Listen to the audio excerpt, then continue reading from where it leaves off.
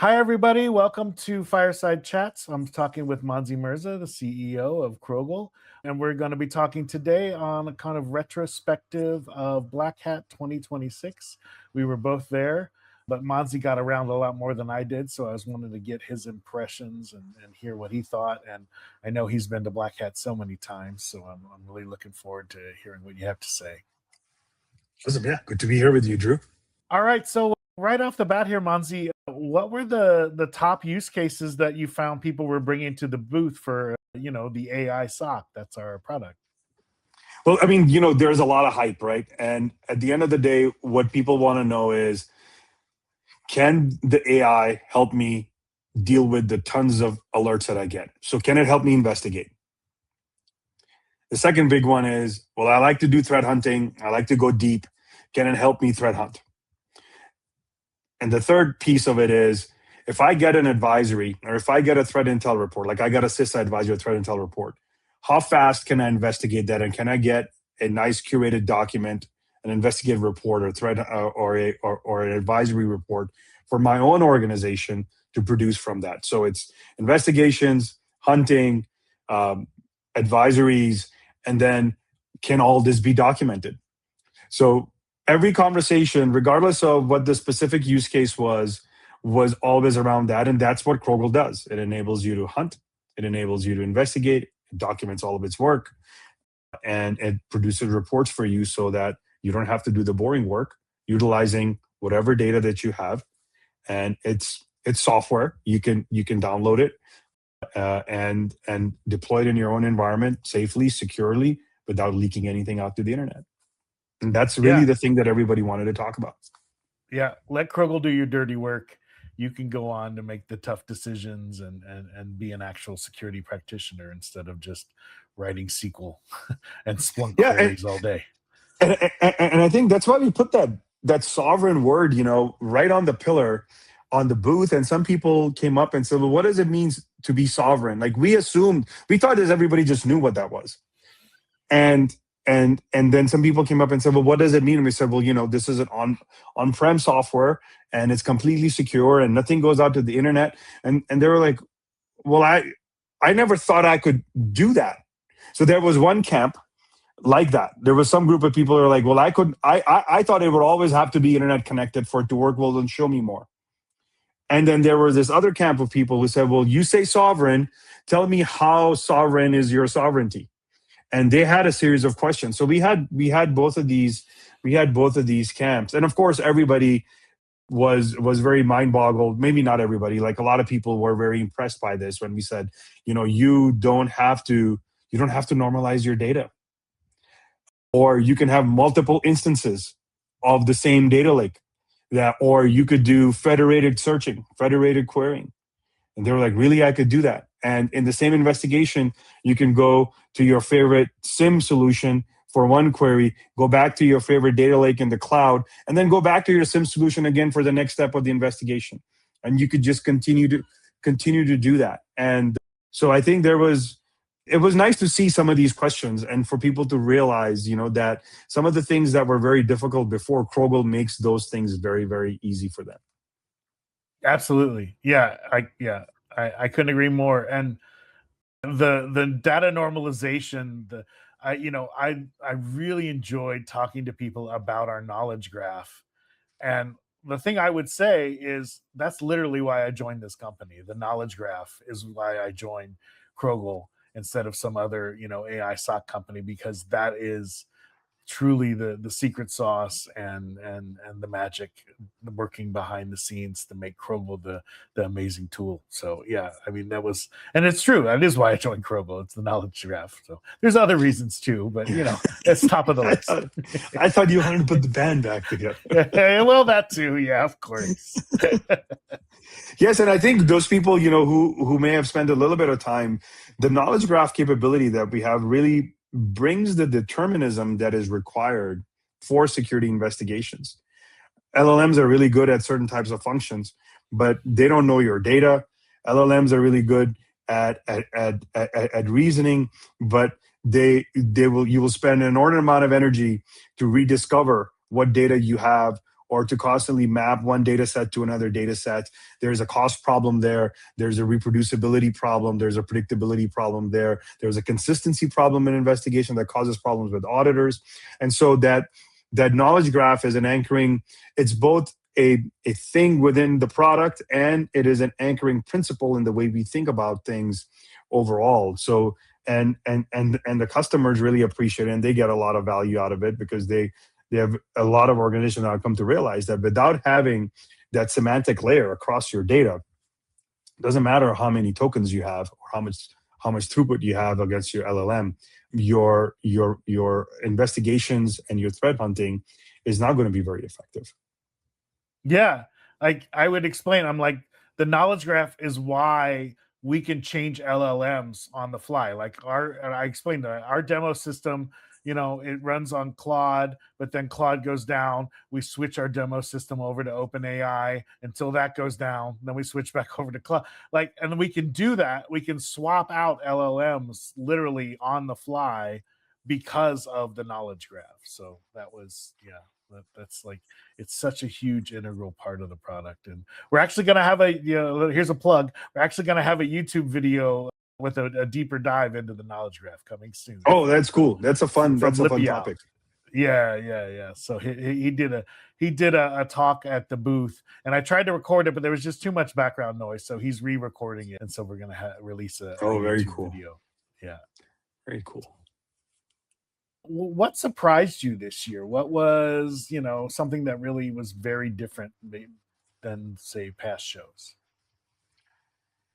I think maybe just in the last couple of years, the biggest thing was I've seen this pendulum swing where people have gone from, I don't know what this AI thing is, to I don't really trust what this AI thing is, to this year was about, well, tell me, how have you built Crogl, and how is AI going to help my operation? So the big adjustment here is that the community and the security leaders are coming around to the fact that AI is here to stay. There's a lot of opportunity, and there are ways to utilize AI for some good benefit in an organization. And now they're starting to ask the important questions around how it will actually produce outcomes. So that is I feel that was the biggest change, and the biggest surprise this year was to just see that change happen. Yeah, I absolutely noticed everybody that came up to the booth and talked to us was very fluent in AI terms and AI, like we were talking about, different LLMs, and, they were very interested and knew a lot more about it than in previous conferences where people were just really just feeling their way around AI, and the brand new vocabulary was making them nervous. So yeah, I mean, it was very refreshing in many ways, because it feels like that the community is starting to get more information. People are getting their hands dirty. They're learning more about what's happening. I remember the last couple of years, the biggest question I used to get was, well, how are you going to prevent hallucinations? I didn't get that question a single time this year. I got that question in a slightly different flavor, which was, how do you maintain consistency? How are you going to operate when I'm going to use multiple models? And so there is a maturity to the kinds of questions that people are asking, which is clearly indicative of there's lots of people starting to experiment on their own. People are tinkering. There's more information out there now, and the expectations are still there, but the questions are getting better, because people are starting to see the value of what can happen with AI in an enterprise security operation. yeah, I believe that wholeheartedly based on just my booth experience. So the fact that you walked around and saw it even more. So what would you say about the attendees? Would you say it was a different shift, or is there more, more execs, more marketing people, less practitioners, or what kind of was the attendee mix different than based on past years? I think it was pretty similar. I mean, of course, I don't have the full roster. I don't have all the data, but what I can say is, because we were having the hackathon at Crogl, where people could use Crogl and solve challenges and problems and win the challenge coin, which was very popular. We had roughly 148 participants that worked the challenges and got at least a couple hundred points, which meant that they spend at least or somewhere between 5 and 10 minutes on working on the different challenges. And so the practitioners are there over the course of almost 2.5, 3 days that we were there. 140 is a pretty fast clip if you kind of break that down in terms of total number of people per hour. Yeah. And so yeah, I mean the community is very vibrant and very active. People are still curious, and there is a lot of that appetite for doing things and testing things is still there, and it was very exciting to see it. We got a lot of amazing feedback while people were working on Crogl, both feedback in terms of what people thought we should improve upon. We got a lot of feedback on what people were really refreshed by, and they said, "Oh, this is great. I always wanted this." And so it was very nice to be to participate in that. And of course, as a product builder, it is a sort of a prideful moment for somebody to say, "Hey, I wish I had that last week because a Crogl would have been helpful to me." And so it was really, really good. And really, I mean, this was what was one of the main reasons why we announced the free download going into Black Hat, because we know that people have needs and they want to get their jobs done, and we want to make it easy. So that's why Crogl.com/downloads. It's a free download. Anybody can download it and use Crogl for practical applications to achieve the outcomes that they want to achieve. It doesn't have any barriers. It's not like it has all the features. There's no feature gate, and we want people to use it and get value out of it. Absolutely. I mean, I would offer people, I'd say, well, I could do a demo and you could watch, or you can go get hands-on and demo yourself. And people's eyes would light up. They're like, really? You're just gonna let me, screw around with the product? I'm like, more than that, there's a game. You can win a challenge coin. There's so much more. So people, I mean, it was really powerful, and it really speaks to, look, we could demo this product, but this product is so good it can demo itself to you. So that is, that really spoke a lot to me. And it was really nice just to see all those self-service demo chairs filled and every day, and people just having those wow moments and going, this is amazing, I love this. So that was Yeah. it was really fulfilling, being a part of that whole process. And we were learning too. I mean, we had engineering teams over there from Crogl. We had people from our sales teams. We had people from product marketing teams, and we were all there. And there were moments. I'll give you an example. There was one person who came in. They're from a Fortune 500 organization, and they were like, "Well, can you build me a compliance dashboard?" And we said, "Well, we have people who have experimented. I don't have a demo for you, but let's just do it." And then we just did it, standing there in a couple of minutes. And it was, they wanted a SOC 2 type 2 kind of a compliance dashboard for their posture that they wanted to build.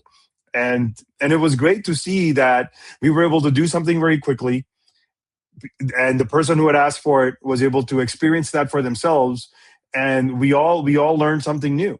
And then at the end of it, they got the outcome that they wanted. They wanted a dashboard of a certain type, and they wanted to see it, and we were able to build it together. And I think that's the kind of thing when architecturally a product is built properly, and that it can take in data, it can use data where it lives, it can utilize the things, and it's sovereign and is private to the customer.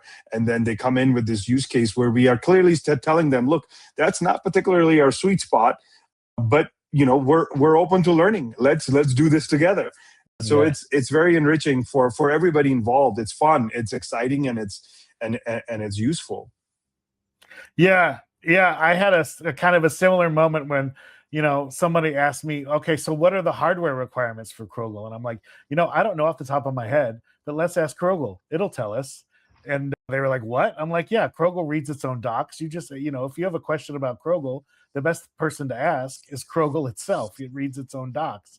And so, I was constantly doing, every time somebody asked me hardware requirements from then on out, I just like, That's awesome. let's ask Crogl. Let's ask Crogl. It'll tell us. It knows its own hardware requirements better than I do. So, but yeah, there's a lot of really, really positive interactions that, I've been to previous Black Hats and had much less positive interactions. So I was really, really pleased with just how happy and fun and everybody was, just really, really excited to get a look and play around with Crogl.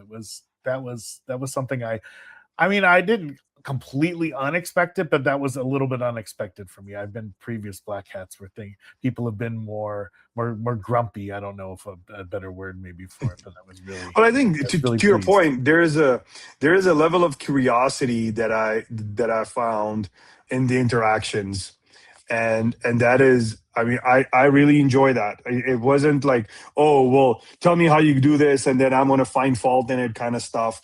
It was more about people working together and exploring and asking, could you do X, just like this example for the compliance, can you do that? And I feel that the only time somebody talks like that is when they have some degree of confidence, because they'd already tinkered with Krog a little bit at that point, and now they're thinking, well, maybe I can do more.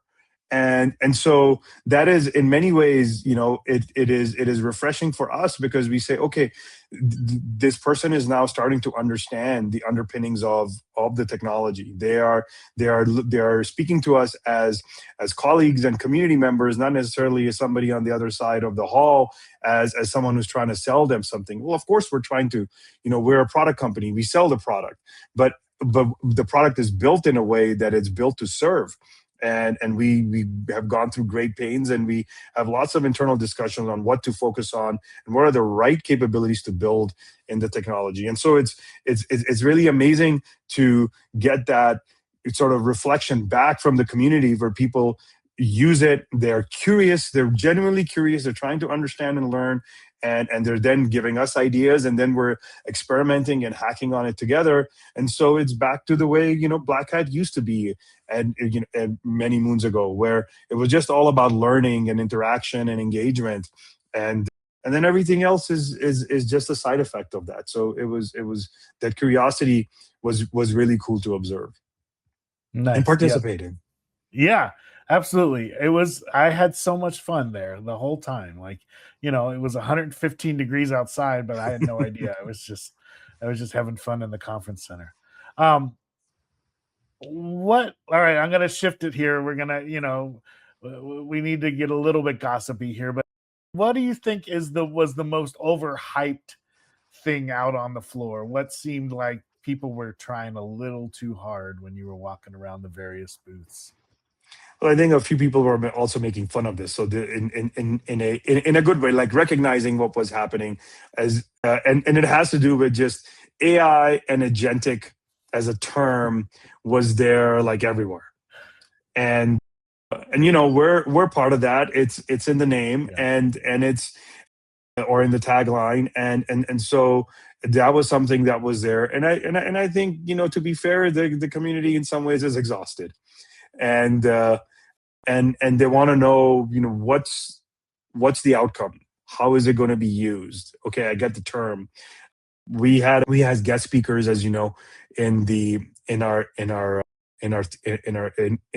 booth theater, and this guest speaker was just hilarious. Like, he was talking about agentic defenses, and every time he said agentic, he would kind of peek around and say, I said agentic. It's agentic. It's AI. It's agentic AI. Let's agenticize everything. And but at the same time, that's the term, and you can't kind of escape the term. And there is a lot of interest from security leaders who want to know. And unfortunately, if the sign on the wall doesn't say you do something for agentic AI, then people who are looking for agentic AI will not step in. It's pretty intimidating. I've been there. I was a buyer, right? It's pretty intimidating. You're walking through these rows of builders and developers and people who are selling security products, and your time is, your time is essential because you're there to listen to briefings, and you're there to meet with old colleagues and friends. It's a little bit of a reunion, so your time is premium. And so you want to know, well, is this booth that has some signage on it, is this going to solve the problem that I care about? So the terminology was there, but I think a lot of people who had the terminology also didn't have a lot of depth. I went and spoke to some people on the expo floor to just ask them a few questions, and some organizations, some companies did a good job. They had people there who were really fluent in their products and technologies, and there were other companies who had whoever staff that they had at the booth was not fluent. They didn't know the problem space. They didn't know the technology really well. They couldn't really empathize with the users, and that's unfortunate. And so hopefully they'll go back and they'll gather some data and they'll fix their postures. But there is a mixed bag, and the term agentic AI was there, defending with agentic AI for defense, or defending the agents themselves, or so there's a lot of flavors. But the key point here is that we're going through an inflection point in the security industry. This is, in my mind, bigger than the inflection point for cloud. And so just like in the cloud days, we heard cloud a lot. Yeah. And we heard it for a long time. We're going to hear it again because this is an inflection point. And so there's going to be a little bit of noise, but I think there's good reason for it, because organizations are starting to use AI capability and agentic capability in business. They're using agentic capability for security, and now that footprint has to be secured. And so we're going to hear the term, and I think people who are going all in on this in this area, we can all do a better job of communicating with our customers better. But at the same time, this is what our customers are demanding. Yeah. It makes total sense. Like I'm old enough to remember when everyone just kept saying the words big data over and over and over again. So, you have to go through that. I mean, now we live in big data. No one talks about it anymore, but everything we do, there's big data behind everything now. So, but we don't say that word anymore. So, we'll get through it. We'll get to a time when agentic will be calmed down, and people won't. Yeah, internet was a word for a while. Yeah, exactly. One of the funny things that I thought, as far as buzzwords goes, is our booth said on premises, because Crogl can run on prem, as everyone says. But several grammarians came up and complimented us for having it correct, because it's not on premise, it's on premises. I guess is technically the grammatically correct way to say that. And so one of our booth designers was always so happy when one of the grammar people came up and said, "Oh, thank you so much for saying on premises instead of on prem or on." Yeah, so you can get a buzzword really wrong too if you're not careful. Yeah, that's true. That's true, and that's one that's been sort of, I don't know, the plaguing is not maybe not the best word, but it's a term that a lot of people get wrong. They get it wrong in spelling, they get it wrong even in the short form, and that's fine. But I think there is a certain, I don't know, there is a certain charm to being pedantic, and I think in the security community, it's good. It shows our geekiness a little bit, and I think it's fun. We should take absolutely. advantage of it. And on premises is one of our killer features. So, it's one of the things that really sets us apart. So why wouldn't we want to be grammatically correct about it? All right. So moving on to my next question here. Was there a conversation you had that changed your mind about something? Was there some conversation where you were like you had your own personal aha moment? Or Yeah, I mean it wasn't necessarily a conversation. It was at the AI summit. I was listening to Ajit Gaddam's talk on. So Ajit Gaddam and I and Javi Chavez, we did a session on vulnerability management, on what happens when you have 80,000 machines and you only have 3 days to patch them, and you have piles and piles of vulnerabilities that constantly keep coming at you. How do you operate in a world like that? And Ajit had this really nice analogy that really changed my mind about things. And he talked about how in the early 50s, the United States did not have a tornado warning system. And when the early tornado warning system was introduced, it saved, you know, it didn't give a warning 2 days or 3 days ahead of time, or even 2 hours ahead of time. It gave a tornado warning 13 minutes ahead of time. And that saved, I forget his exact number, but 98% or 96%, something way higher than 90% more lives, just because of that 13-minute window. And so to me, that story was very instructive, because we tend to think in terms of big horizons and in terms of really crazy inflection points and big transformative changes.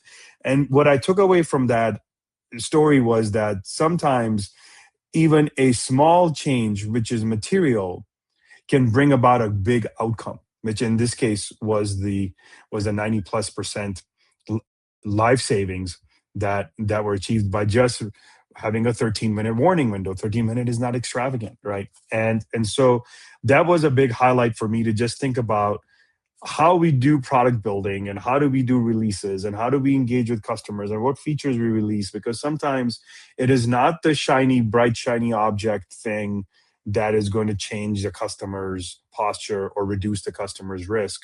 It's sometimes going to be something simple that just changes things just a little bit. And so that's something that I'm kind of putting in my back pocket this week. We're having our product leadership meeting, and we're certainly going to talk about some of these things. We always talk about the big rocks, but sometimes, and this time around, we're also going to spend some time talking about the little rocks that can make a big impact, that can make a big wave. So that was a thing that sort of changed my mind. Absolutely. I think you're really onto something there as far as the little rocks go. I think the power of AI, particularly now, is actually taking care of simple tasks. Like, everybody wants to demo, AI, doing everything, and it's going to order you dinner and cook it and serve it to you and then do the dishes. When reality, you probably just need it to help you pick the meal that you want, something simple in there, instead of doing absolutely everything. So in the case of like Crogl, like, all right, it's gonna look at a phishing attack and determine that, oh, it's actually benign, like that. That saved somebody maybe 2 hours of searches and searches across multiple systems, only to find out that there's nothing wrong. Like, that's the kind of simple thing that the AI can do to kind of clear the deck so you can focus. I think that really does make AI, is going to be powerful, and it's going to need AI needs to start at what you were calling like the little rocks, at the the simple tasks, that the simple change that can actually free up and make things much better above on the, when you're working with the bigger rocks. I agree. So here's kind of a chance to be a little bit mean.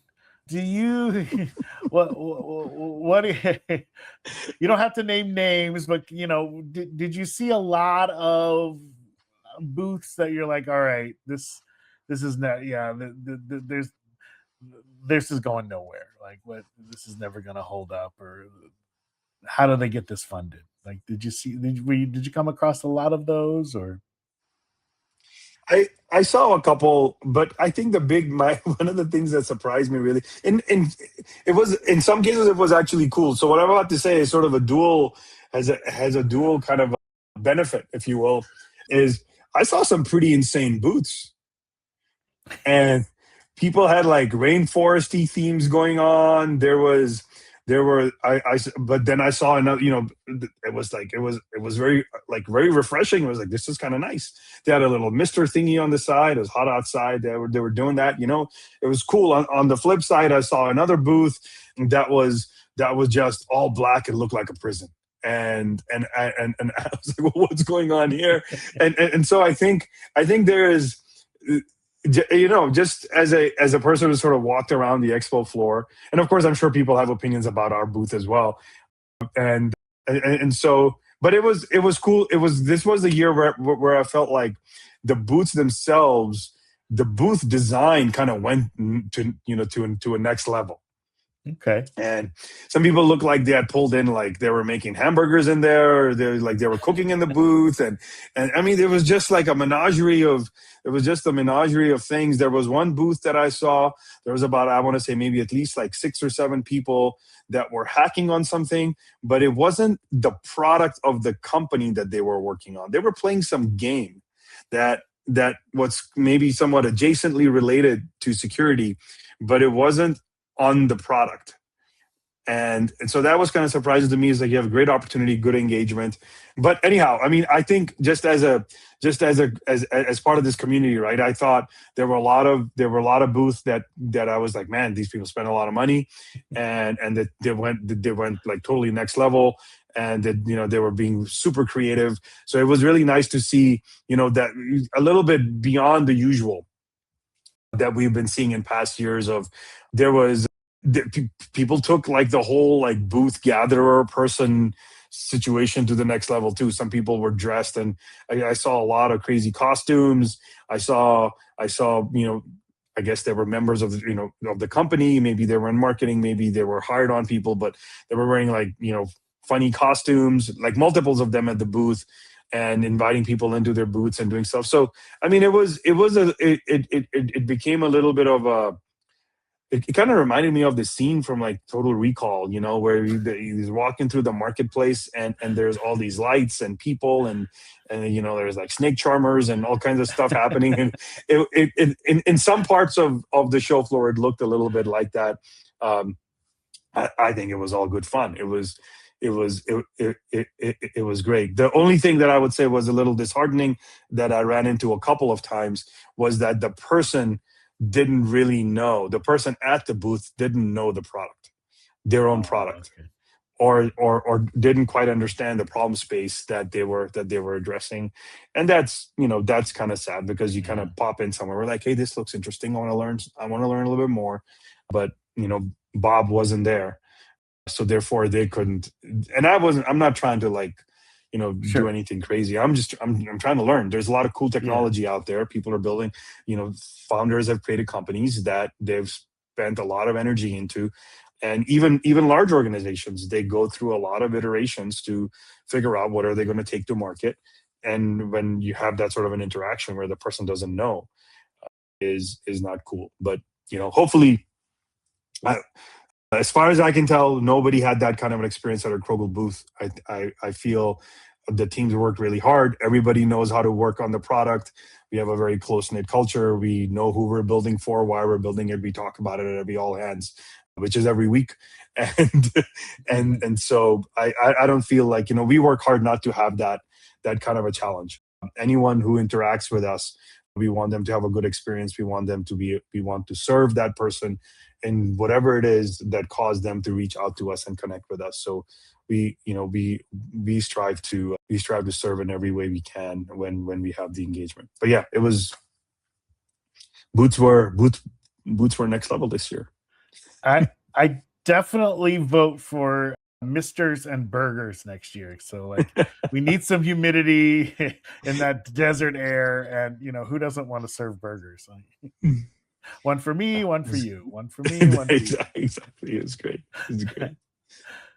All right. Well, so I want to just give you one, we're almost at the end here, but I just wanted to give you one last, if you have any sort of overall remarks or anything that you might want to say, just to kind of, to put Black Hat 2026 to bed.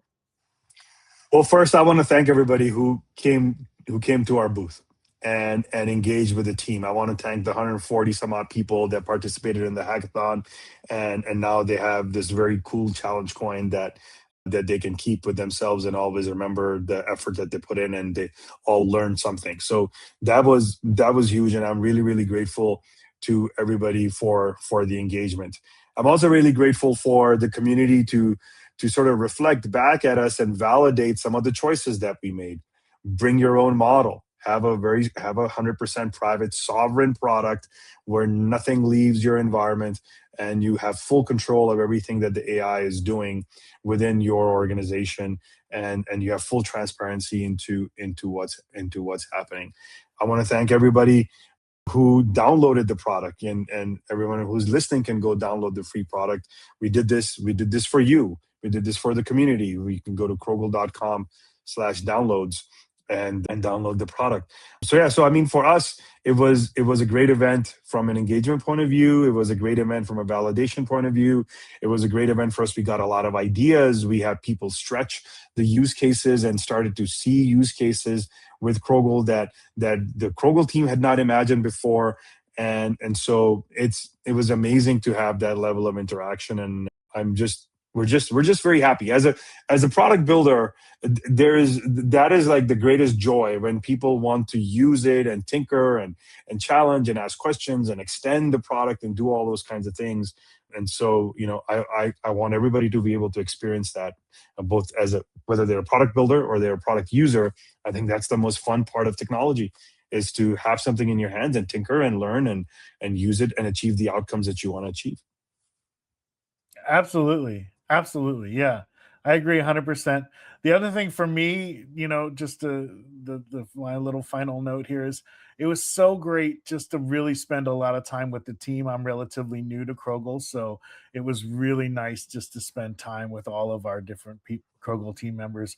We really pulled together and just handed off seamlessly, like, oh, this is a little bit more technical than I am. I could easily just grab, Alec or Zeke to take it up to the next level. So it was really great for me to spend the week with the team. Yeah, I mean, it was amazing to see the use cases that everybody was executing. Both Crogl team members who were just kind of talking amongst themselves as a consequence of talking to somebody who had stopped by their booth and saying, oh, well, we wonder how this would work.